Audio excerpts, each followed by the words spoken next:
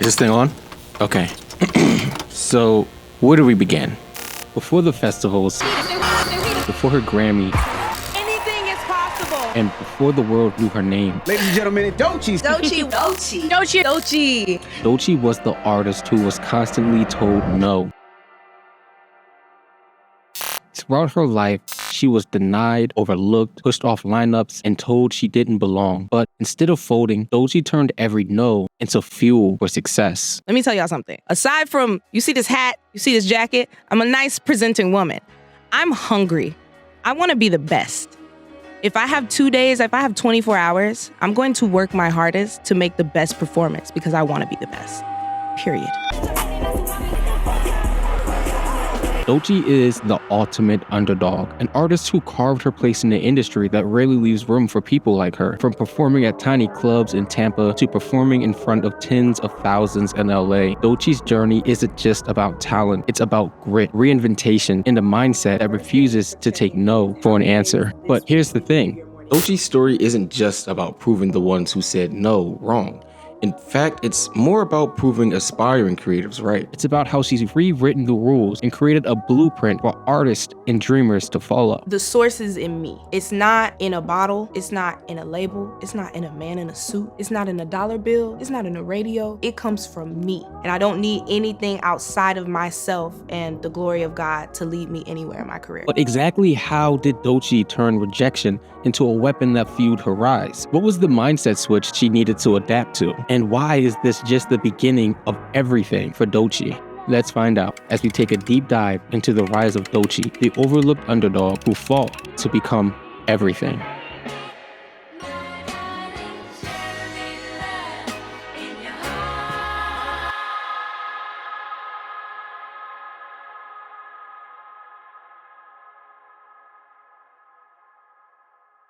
Before we continue exploring Doechii's journey, I want to give a quick shout out to today's sponsor, Surfshark. Surfshark is a VPN that encrypts your data, protecting your privacy while browsing. In a world where everything we do online can be tracked and sold, it's a game changer. You've probably noticed how prices change depending on where you are. With Surfshark, you can avoid price discrimination by connecting to servers in different countries to find the best deals on flights, hotels, or even streaming services. When you're online, your data is always at risk, whether it's from hackers, trackers, or advertisers. Surfshark protects your privacy by encrypting your data, making sure that your personal information stays just that, personal. And here's the best part. Surfshark lets you use their VPN on unlimited devices with just one account. Whether it's your phone, laptop, tablet, or even your smart TV, you can cover everything at once, so there's no need to pick and choose which device to protect. Surfshark doesn't stop there. They also offer Surfshark Alert, which notifies you if your personal information like your emails, passwords, or credit cards have been leaked online or the dark web. It's like having a watchdog for your digital identity. If you're ready to take control of your online security, I got the hookup. Use my code SPATIAL for 86% off and an extra 4 months for free at surfshark.com/spatial. Plus, they offer a 30-day money-back guarantee, so there's no risk in at least giving it a try.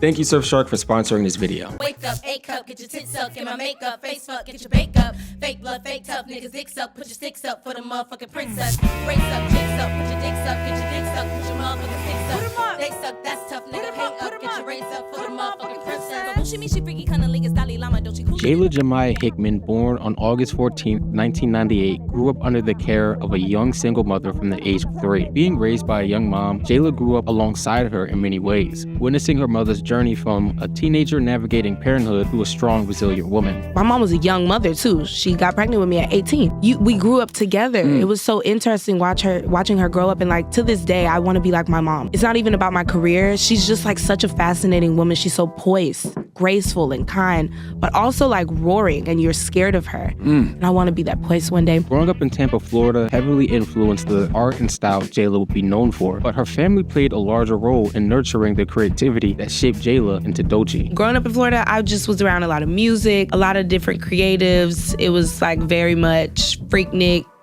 and no, I'm kidding. Okay.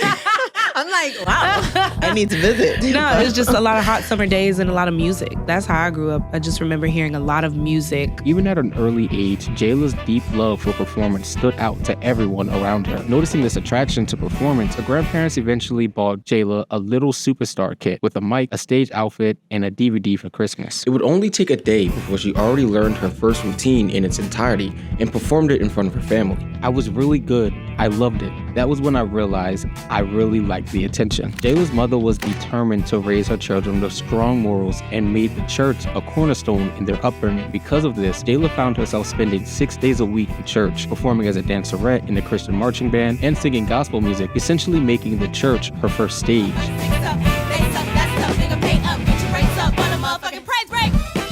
When I was younger, my church had a marching band in Tampa, and I was a dancerette on the team. When I was like 13, I was in the choir. We had a dance team. I was like a leader in praise and worship. I also was a part of their band. They had a marching band. The church also exposed a young Jayla to the emotional depth of gospel music. Ty Tribbett, Kenton Jones, the Clark Sisters. I grew up on like real gospel music.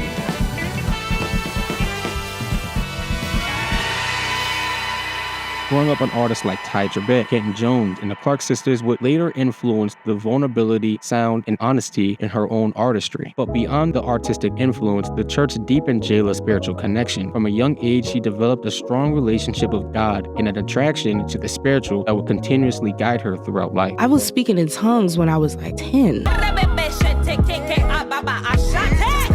I just have always like had a longing to connect with spirit and God, and I look for God in everything that I do. But music didn't just surround her at church. It played a role in her family, with her dad being a rapper. Both my dad and my uncle were rappers. My dad was like Snatch It a Boss or something like that. My dad does have some CDs out, and he has music on streaming and on YouTube. And my uncle, I don't know if he ever officially put anything out. This familiar connection to hip-hop exposed Jayla to another side of music, and Jayla found herself gravitating to artists like Tyler the Creator, Nicki Minaj, and Lil Wayne. I actually got inspired to play with different voices from Lil Wayne. Early Wayne did that a lot. Nicki Minaj does that a lot. Tyler the Creator does it a lot. I think that's when I realized like, oh, you can be animated. You can incorporate like theater through rap. Florida legends like Trina, 2 Live Crew, and Trick Daddy became a soundtrack for her early years. We love Trick Daddy in Florida. I mean, he's one of the hardest. Him and Trina are like our presidents. And she would draw a lot of inspiration in terms of style and aesthetic from Grace Jones. Grace is one of the greatest artists of all time, and she inspired a lot of my style, and I love her music and even her impact in Studio 54. I mean, she's literally my idol. I love her. Growing up, Jayla had a world of natural talent, potential, and a supportive family who encouraged her. But her environment outside of home wasn't always welcome. I was always caught in this weird place where I went to private school, but I would leave private school off scholarship, and then I would go to Sulphur Springs, which is the hood. I would go to school and I would have one personality because I wanted to fit in with other people of other races. Right. And then I would go home and then I was like, oh, I can be myself now. You know what I mean? So it was just kind of hard growing up because I didn't know I had an identity issue. Right. And I code switching all the time. You bougie, you rich. Exactly. They think you got so more it was than- kind of like yeah. that type of experience. So I got bullied a lot in like predominantly white areas, but then I would go around my black friends and get like bullied too. Oh, that's fucked up. As a dark-skinned, expressive black girl, she faced not only the usual challenges of adolescence, but also the harsh realities of racism and colorism. These experiences had a heavy impact on the way she viewed herself and forced her to confront the complexities of racism and colorism at a young age. Definitely dealt with that. Oh, you cute to be dark skinned, you know. You can't see nothing but her teeth, or burnt burrito, burnt this, burnt that. And it definitely was, you had to do some soul searching kind of early as a dark skinned girl. One day you just kind of have to make the decision, like either I'm gonna let these people keep making me feel a certain way about myself, or I'm gonna accept myself. My mom was very protective of me, but it got to a point where she was like, okay, girl, how many times are you gonna get beat up? Are you gonna keep letting people bully you, or are you gonna stand up for yourself? So eventually I saw her fall back and just allow me to stand up for myself. You gonna fight back or you gonna get beat up? And I got tired of getting beat up. Tired of being mistreated, Jayla refused to let the cruelty of others define her. So in the privacy of her diary, she made a decision that would change everything. She wrote down a name that felt bold, defiant, and entirely her own. I told you, like, I had like an identity issue. I just felt like I wasn't allowed to be myself in all of the spaces that I was in. I just decided one day, like, bro, I'm gonna die. The only person who's gonna be in that casket is me. And I wanna die happy. I wanna do what I wanna do and be who I am. And I came up with a name, and Doechii came to me. I wrote it down in my like diary in 6th grade. And then I started branding myself really early. Oh, that makes sense. So you created I learned this in therapy because I've done it before. You created a character to protect Exactly. the real you. As a Superhero. defense. Yeah, Yes. yeah. What age was this? 6th grade. Oh, 6th grade. Yeah, 6th grade. That's- and I've been Doechii ever since. Yeah, that's. I wonder why. What is it about 6th grade? That was my turning point too. Kids are really mean. Yeah. It was bad. At an age when most kids just want to blend in, Jayla refused to shrink herself, and she made a bold choice. Doechii wasn't just a name, it was armor, a way to protect the parts of herself that the world didn't understand. And through Doechii, Jayla reclaimed her power, turning the pain of rejection into the fuel she needed to create, to dream, and to dare. When it comes to the universe and things that happen, synchronicities, you literally have to follow them. I believe in this saying that obedience is much better than sacrifice. When you don't obey what's in your gut, what's inside of your intuition, what you are telling yourself, not what the voice is telling you, because the voice isn't you, but what you are telling yourself internally, and the fact that it keeps being brought up to you in a 360 circle, that's what you have to follow. Jayla, now Doechii, began immersing herself in music in any way she could, starting her first rap group in middle school and further exploring her passion for performance. From there, that's when I started this rap group in middle school. I wrote a song for the talent show, and it just kind of built from there. Everywhere I went, I just would do music or try to collaborate with somebody with music. Your love is like a cookie cream Pie. In my heart, I could eat it up. The first... I did a talent show and I wrote a song, and my first song that I ever wrote was "Your love is like a cookie cream pie in my heart, I could eat it up." It was so bad. and yet it lives on. By the time high school came around, Doechii had her eyes set on attending Howard W. Blake School of the Arts, a school known for nurturing talent like Taylor Trench, Owen Teague, Isaiah Rogers, and many more. So it's two sides. It's like a public side and then there's a magnet side. So if you want to get into the arts program, you have to audition. So I auditioned in 2012. I was in chorus. I also did jazz vocal tech. I did music theory, a little guitar. I tried musical theater, but it wasn't my thing. This school not only further honed Doechii's natural talent as a performer and a creative, but gave her a strong musical foundation to build off of. That's where I made a lot of my friends who I still work with today, actually. I learned about jazz music, music composition, how to read music, how to write music, how to make songs, and it really is the core of the music that I make today. In her teenage years, Doechii continued to pour herself into creativity, covering songs with friends and experimenting with music. She wasn't just dreaming, but actively building, and a lot of these early stages are documented on her YouTube channel. Now we go to class. Today's not working. Today's story is going to be about the crazy time that your girl almost got kidnapped. In summary, to quickly just broadly say, obviously, being a black girl now feels lit as ever. To be honest, I walk around with my nose up and I'm like, boom, I'm a goddess, what are you? No, I'm kidding.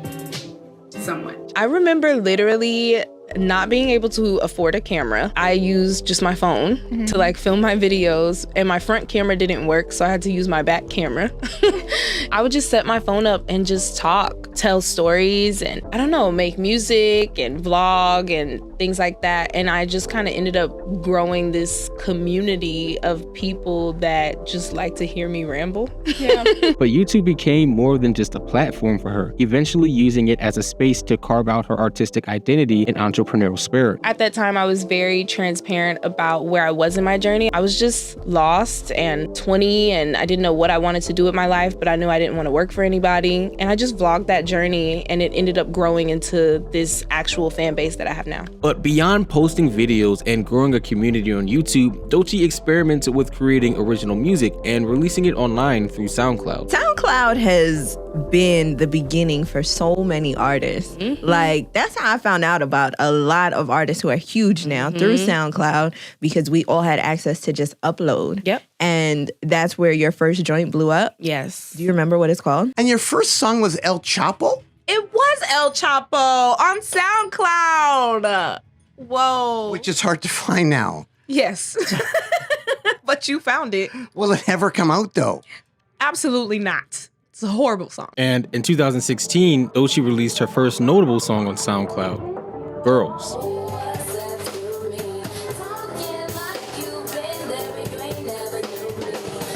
Even early on, you can see the passion Doechii had for performing, regardless of the crowd size she was in front of. I think she's like one of the best coming up. I think she's one of the best. It felt like she just wrote it, and it's everybody's first time hearing her for everybody, so she's giving her all every time. And I feel like that comes off in the performances. This signaled the beginning of her ascent in Tampa's underground music scene, even if she had to fight to get every performance. I played a lot of gigs coming up. It was hard for me being a girl to get on those lineups, and I would beg those guys to let me on stage, and eventually they did.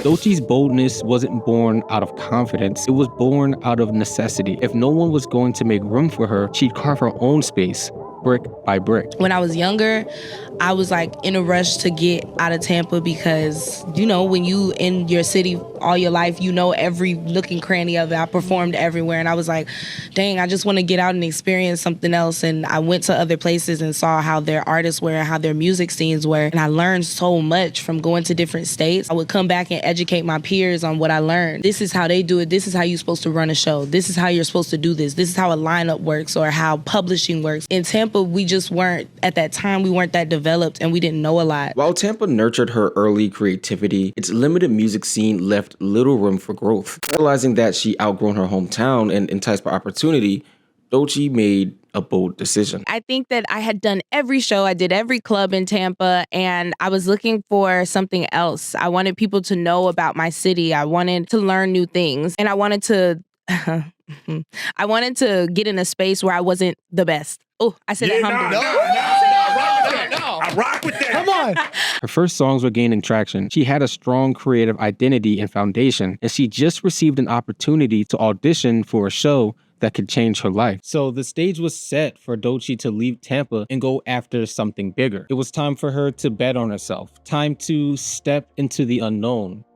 It was time for Doechii to take a leap of faith. There's the pain of trying and not working out, and there's just the pain of regret of never trying. I remember when I graduated university, I got a job. I followed the template that every parent wants you to follow. I hated that job, and that was when I first just started making content. One thing I really noticed with creative stuff is that you have a window.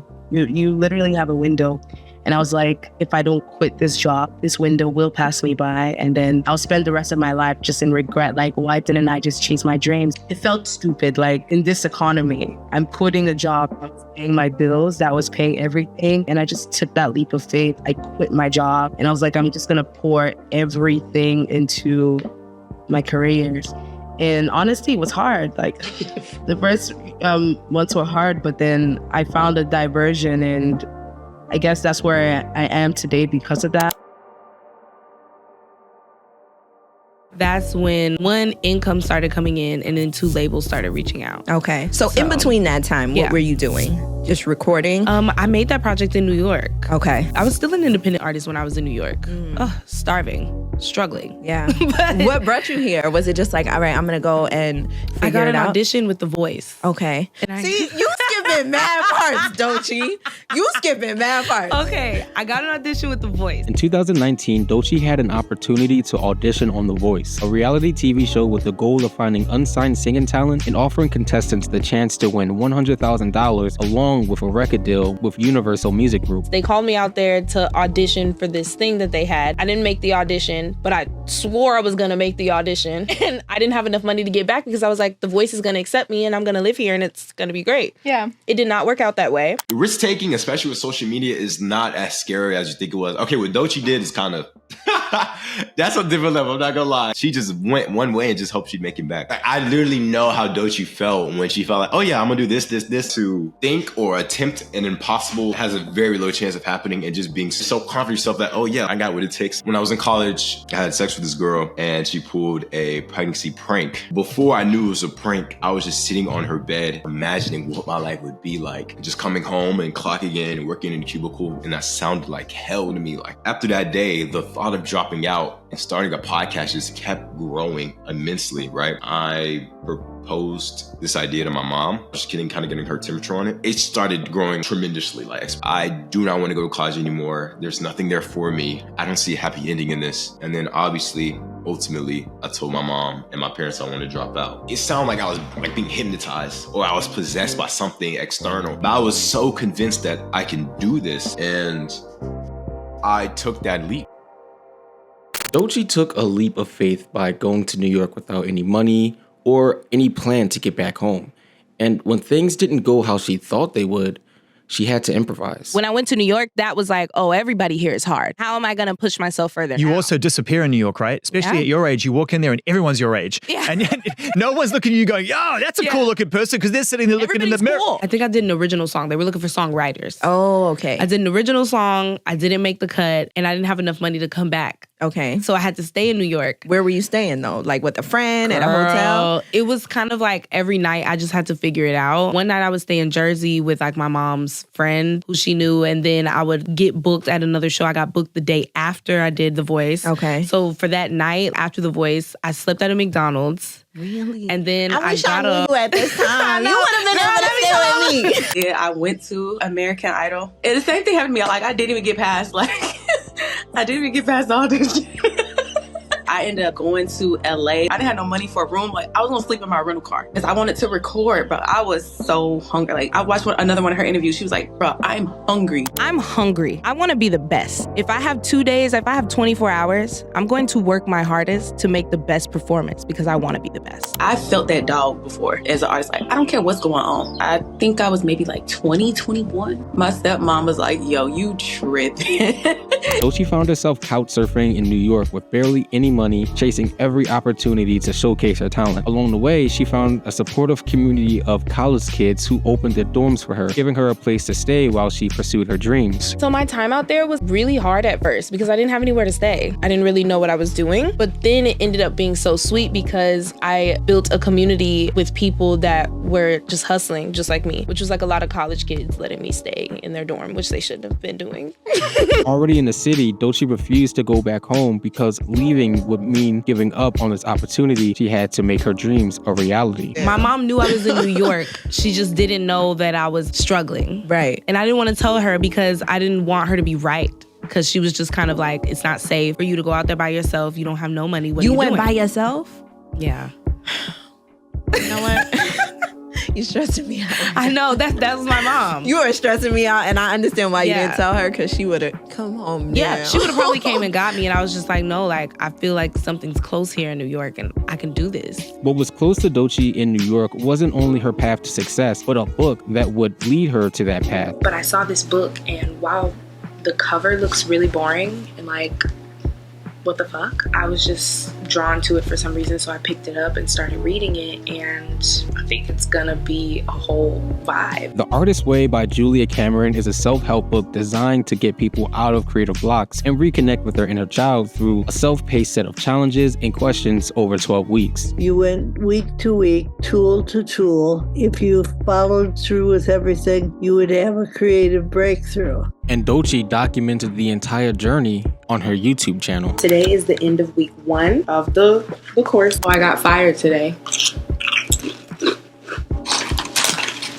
I don't give a fuck. Julia in this motherfucking book got on my nerves. This week too, I made some very interesting observations. Where to even start? I'm so exhausted. I feel inadequate because I don't feel like my projects are moving fast enough for my audience. I don't have a problem with the speed of my growth. I don't have a problem with where I am, and I don't feel like I'm in a standstill, especially inward. And if I'm growing inward, I know that I'm growing outward. Okay, so this week I said I felt more open to change, which is definitely true. Kind of gave myself permission to accept the fact that I may just gravitate towards other crafts, and that's okay. I'm running back on the weekends. Everything you wanted. I'm the type of person, like, I feel guilty if I'm not doing things. So, like, if I'm not working, I just feel like I'm wasting my life and I'm wasting my space. I'm talking to me years from now when I'm watching this, but at the same time, I do make it public because I know that there are people out there who can get something from this, because I think that this is good stuff. And I think the evolution that I'm having right now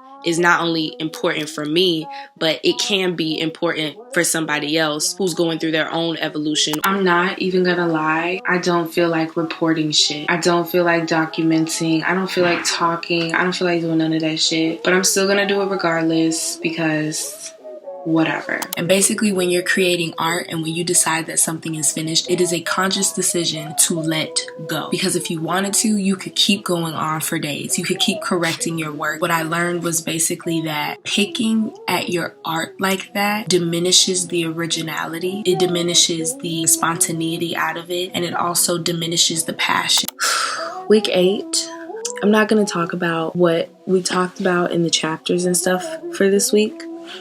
I just don't feel led to. In week 9, Julia mentioned something. We were talking about fear, and she was talking about how most creatives and artists, when they choose to be artists, most of the time they're rebelling against their parents, or their parents make them feel as if they're rebelling. I don't know if that was necessarily the full scope of my situation, but I can say that me deliberately choosing not to go to college put a really big pressure on my shoulders to feel like I had to be great to justify breaking my mom's heart or disappointing her. A lot of the highs that I had from the book is every single day when I would repeat some of those affirmations that she gave me. That was part of my morning routine. I get up, make that bed up, look in that mirror, tell myself, love you. And I would repeat a lot of those affirmations, and that would send me on my way on a cloud most days. Week 10 was really, really, really good. So, Carlia. I was just saying the coronavirus has just hit New York fucking city, so everybody is basically dead and getting quarantined as we speak. After completing all 12 weeks of The Artist Way, Doechii came out on the other side not only creatively and spiritually refreshed, but inspired to create her debut EP, Oh, the Places You'll Go. I read the book The Artist Way, and I did all of the weeks, and it's basically this artistic creative recovery course. Creatively, I just felt blocked and cluttered. So I started this book to kind of self-help, and it ended up inspiring the concept for the project. A lot of things that were talked about in the book was mending the relationship between you and your inner child. Throughout the EP, the most glaringly obvious strength is Doechii's undeniable technical rapping ability and her amazing pen. For a project that's only 7 tracks, it's impressive how effortlessly she was able to bounce across themes and tonalities. You named it after the book, I'm guessing. What significance does that book have for you? Obviously, it's one of my favorite childhood books, but overall, the message is so powerful. In there, I think Dr. Seuss just simplifies life and makes it so simple. When you read the book, you have to read the book. The project was based around Dr. Seuss, and the whole vibe of it kind of reminds me of being a kid. It's powerful. It's just one of my favorite books, and I just feel like that project was inspired by that same concept of just like the simplicity and sweetness of life, the ups and the downs, the bitter and the sweet. Doechii took a leap of faith, not knowing where she'd land, and when her immediate path seemed unclear and the wins felt too small to count, she never lost confidence in herself. She kept moving forward, trusting that the vision she had was worth the wait and worth the struggle. And when she came across The Artist's Way, the book acted as a mirror, one that reflected back parts of herself that had been buried under expectation and doubt. The Artist's Way helped Doechii reconnect with her spirituality, her inner child, and the raw, unfiltered creativity that made her an artist in the first place. And with that newfound clarity, she poured herself into a project that produced more than just music. It was a newfound understanding of herself. It was a rebirth. It was the beginning of everything.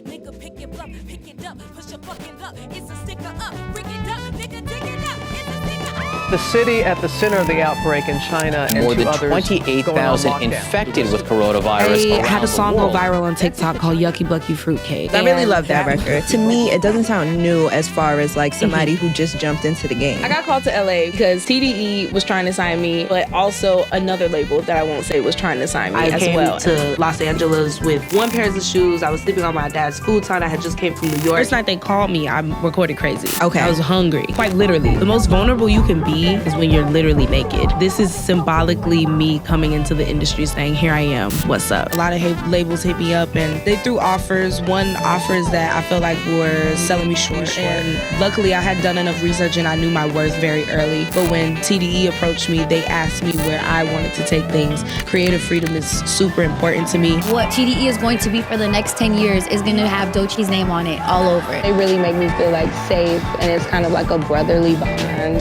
I come from sports and I went to an art school, so I'm used to discipline, I'm used to critique, I'm used to those things. And Top is that type of businessman. He's just as involved with his artists as he is on the business side. On behalf of the NFL, thank you to the city of Tampa for a wonderful Super Bowl. What is this year, what's 2021 looking like for Doechii? We have 8 bars of this. First 4 should be simple. A lot of I seen you with Isaiah Rashad on the BET Hip Hop Awards, and you did the damn thing. I was like, this girl was really singing, rapping. You know, if you don't experience colorism, you don't really get it. Yeah. But I love the fact that you were a dark-skinned girl up there, like, killing it.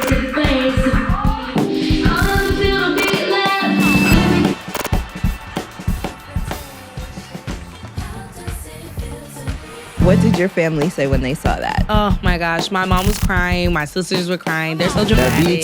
Come on, Delion. Let's talk about the beat. Yeah. Oh, I thought you was calling it. Usually you say cheers, you put the cups to somebody. And I had to just do it. Have you had breakfast?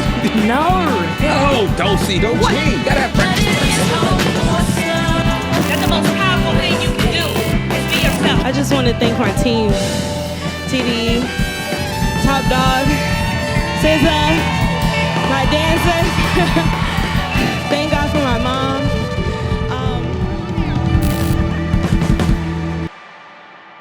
So, 2024. Yeah. Game changer. Yeah. And it's not like you arrived overnight. You spent years building up to this moment. Absolutely. I've been making music for a very long time. After Doechii was signed to Top Dog Entertainment in 2020, her future seemed unstoppable.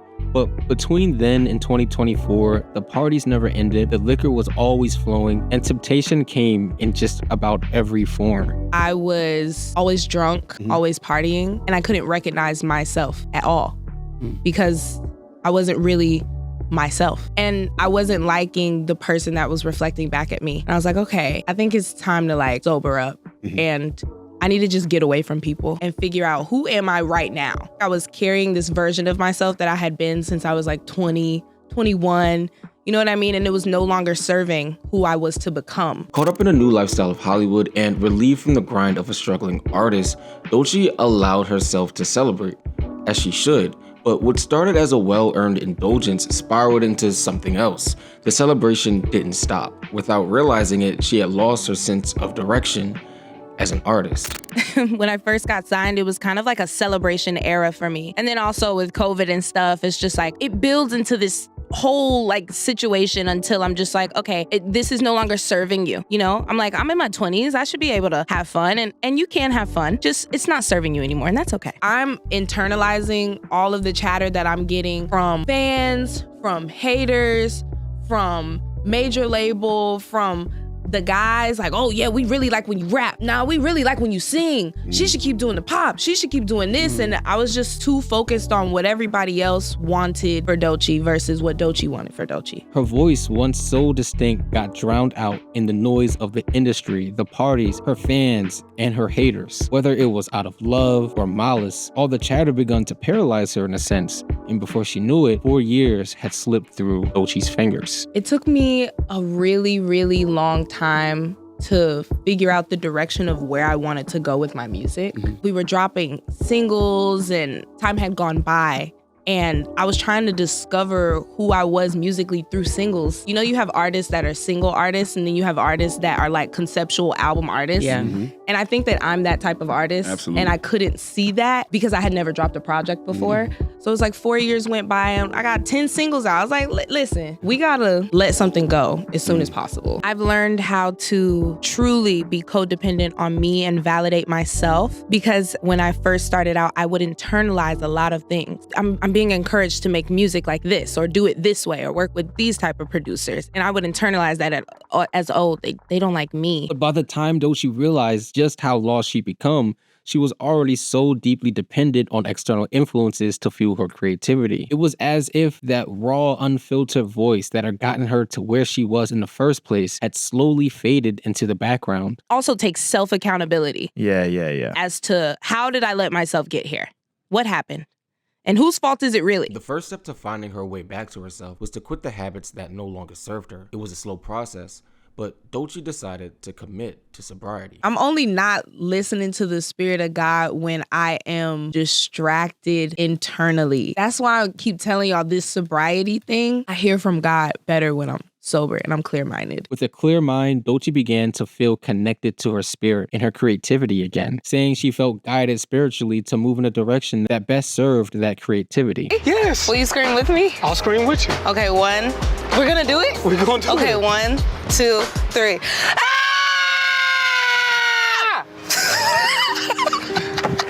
That actually kind of felt kind of good. Felt good. It was something in my spirit that was like, you need to drop this project now. If you don't drop this project now, you're gonna miss the mark. And I was like, I got to get this out right now. I don't know why, but God was just tugging on my spirit, like it's time to go. Oh, I love that. After watching Miles Carter, I don't know if you've ever heard of him. Wow, that's I got crazy. super inspired by his videos. After watching his videos for a while and just, doing a lot of research and a lot of thinking to myself and on myself, I started to pray for my gifts to be revealed. I think it was that same night I had a dream. It was so surreal, like this guy on the stage reciting poetry. The man is like, here, I'm gonna give you this. I don't usually give people this, but I'm giving it to you. And I took it. So when I woke up, the only thing that I could make from that was writing. Creativity and poetry is exactly my gifts and what I'm supposed to be doing. Fueled by this newfound clarity, Doechii set out to create a mixtape that embodied everything she loved about hip-hop. A lot of my inspirations when I was making this project, that feeling that I got when I listened to my first Outkast album, Miseducation of Lauryn Hill, how she was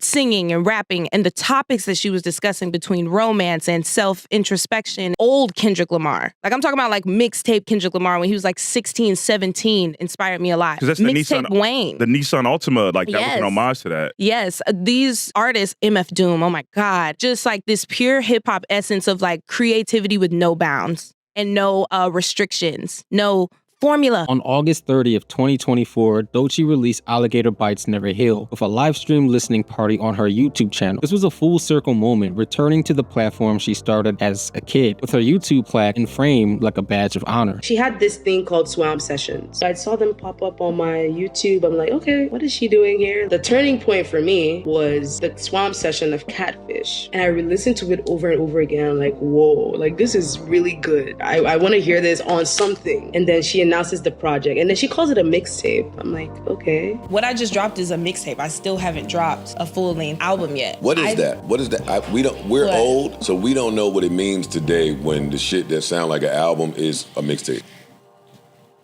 What's Okay. the difference? I don't fucking know.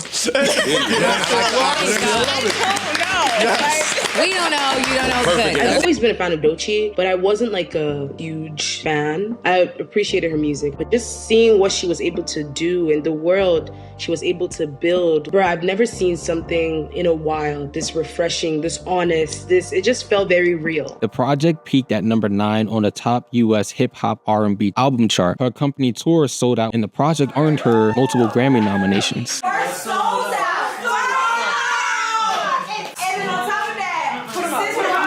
She was 4-time Grammy nominated. I just want her to win a Grammy. Oh my goodness, yes. 1, because I want her to have another dub, and 2, because it will be a great ending to my video. Imagine, yeah. Yeah. Wait, have you thought about how you're gonna end it if she doesn't win? Nope. And the winner is See For Me. Alligator Bites, Never Here by Doechii. I don't want to make this long, but this category was introduced in 1989. 3 women have won. Lauryn Hill, Cardi B, and Doechii. I put my heart and my soul into this mixtape. I bared my As life. much as this video has been a reflection on Doechii's creative journey, it's also been about my own journey. Her story inspired me to let my curiosity take the wheel, to stop obsessing over making something perfect and just make something. And the thing is, once I let go of perfectionism, I started to see this story for what it really was. This isn't just about Doechii. It's about us, the creatives growing up in a digital age who wake up every day with a vision they can't shake, a story they need to tell, or a perspective they have to share even when no one's listening. And along the way, this story stopped being something I was telling and started being something that was telling me. That's why throughout this video, I've been talking to people who represent that passion and hunger. These are the Doechiis before the deals, the tours, and the Grammys, true creatives of our modern digital age. Vetty Sincere makes amazing poetic thought pieces about culture and music from the perspective of a young black woman growing up in America. Elsie not at least risked her stable career to take a leap of faith and build a brand that connects thousands of people across the world through their love of music, despite the ones closest to her mocking her every step of the way. Matt's conviction that he could stand out as an interview podcaster was so strong that he made a plan and dropped out of college just to pursue that very goal with his show Most Famous. And I found Shani through one of her podcast episodes about Doechii while writing this video. But when I realized she made music as well, it was clear that she had a voice that demanded to be heard, whether through conversation or through melody. Each of these creators took a risk, and I found that their stories aligned with Doechii's creative journey so directly because Doechii is quite literally everything, or more accurately, an archetype of what it means to be a creative in the digital world. The rejection, self-promotion, marketing, and failing, and schemes to go viral, these aren't just obstacles, these are rites of passage. Whether you identify as an artist or a creative or whatever, what we all can learn from Doechii is that being overlooked doesn't mean that you're not worthy. It doesn't mean that you're not talented. It doesn't mean you're not hardworking. It's not that you're not right. It's just that you're not right now. Congratulations, I'm right over here. How does it feel to win your first Grammy? It feels incredible. It feels like this is bigger than me, you know? It feels like a movement of art. Authenticity wins, vulnerability wins. Doechii wasn't handed anything, and for years, the world didn't see her. In fact, when the world did see her, she was rejected. But in spite of that rejection, she continued to grow. And when her time did come, Doechii didn't just rise to the occasion, she became the occasion. Doechii became everything. Everything she ever dreamed of. Everything she knew she could be, not because she was discovered, but because she already knew long before the world caught up. And that's the thing, right? Somebody has to be the exception. Somebody has to break through and rewrite the rules.